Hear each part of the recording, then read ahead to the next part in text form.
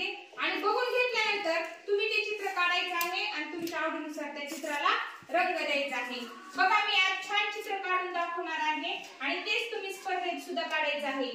मी किती काढले ते 22। बघा 22 ची गंमत पाहूया। 22 पासून मी कोणते चित्र तयार करते ते बघायचं आता तुम्ही।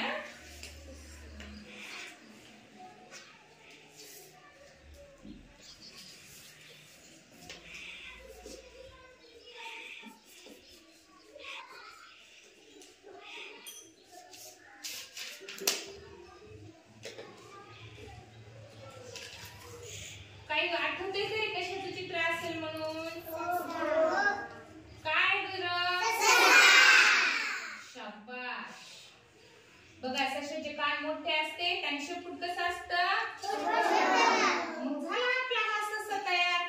बघा स्पर्धेसाठी विषय काय घेतलाय आपण चित्रकलेमध्ये की एक छोटासा ससा घेतलेला आहे आणि तो पण सोप्या पद्धतीने काढायचा आहे आपल्याला अंकांचा वापर करून। इथं आपण 22 घेतले आणि त्या 22 पासून हा ससा काढला। मग सशाला काय आवडतं बरं? गाजर। मग आपण गाजर पण काढूया।